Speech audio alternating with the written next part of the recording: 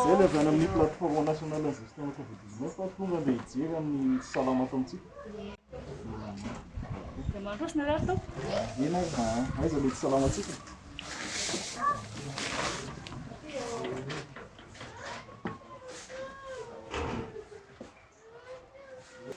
Somary vérifier kely fotsiny aloha ny saturation mialohan'ny tena hoe resahantsika ao amin'ny ankidiny sy ny ambiny.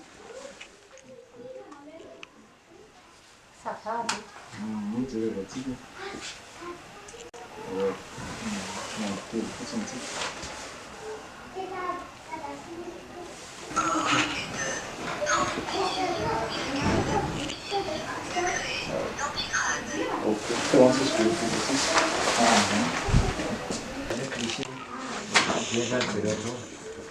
Toerana madio tsara tsisy problème daholo izy fa ohatran'ny changement malinga malinga. Eny tompoko, sotrapetraka name fitenenana fa mahafinaritra dia mahafinaritra tokoa ny fandraisana zareo avy amin'ny plateforme satria rehefa niantso izay dia tonga ara-potoana izy. Rehefa tonga ara-potoana izy na fandraisana na finaritra, raisina tsara ny fizahana fahasalamana, na afa-po na afa-po. Angamba mahafia anazy ohatran'ilay tamin'ny voalohany teneniko teo hoe na afa-po tanteraka indray zany, tsy maintsy hitako zany izay ao ambara fa na afa-po indray zany fandraisana anazy satria izay zavatra notaraina sy ny hetaheta-pony izay nangatahana taminazy dia voarehatsaka sy andavany daholo ary nilainay amin'izay tena na afa-po anay na afa-po.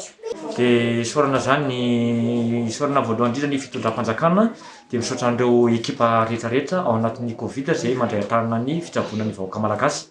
Faly dia faly tokoa satria voaray soamantsara ny tena amin'izay rehetra nilaina. Na ny andro miantso alina atoandro tonga izy ara-potoana dia isaorana dia sondrota voninahitra tompoko amin'izay asa izay mbola tanterahana hamonjena vahoaka malagasy. Fa zany ny faniriana ny fahasalamana ny afaka mirihariha ny vahoaka malagasy. Olona tsy salama tsy afaka ny asa, tsy afaka ny tady. Ka rehefa tsy salama izy tsy havita na inona na inona fa dia mankasitraka dia mampazoto hatrany zany mamery an'ireo tompona andraikitra rehetra izay miandraikitra anatin'ny Covid-19 zany nampitandrina filaminana zany na ny dokotera zany izay rehetra mandrindra rehetrarehetra ao anatin'ny fivalana coronavirus ity. Dia ankasitrahana dia miencourager an'zareo hatrany mahazo tombony dia maherera dia mampian'Andriamanitra amin'izay asa ho ataony izy ireo hanana tanjaka fahasalamana ihany koa. Dia misaotra betsaka indrindra tompoko dia samia ho tahin'Andriamanitra.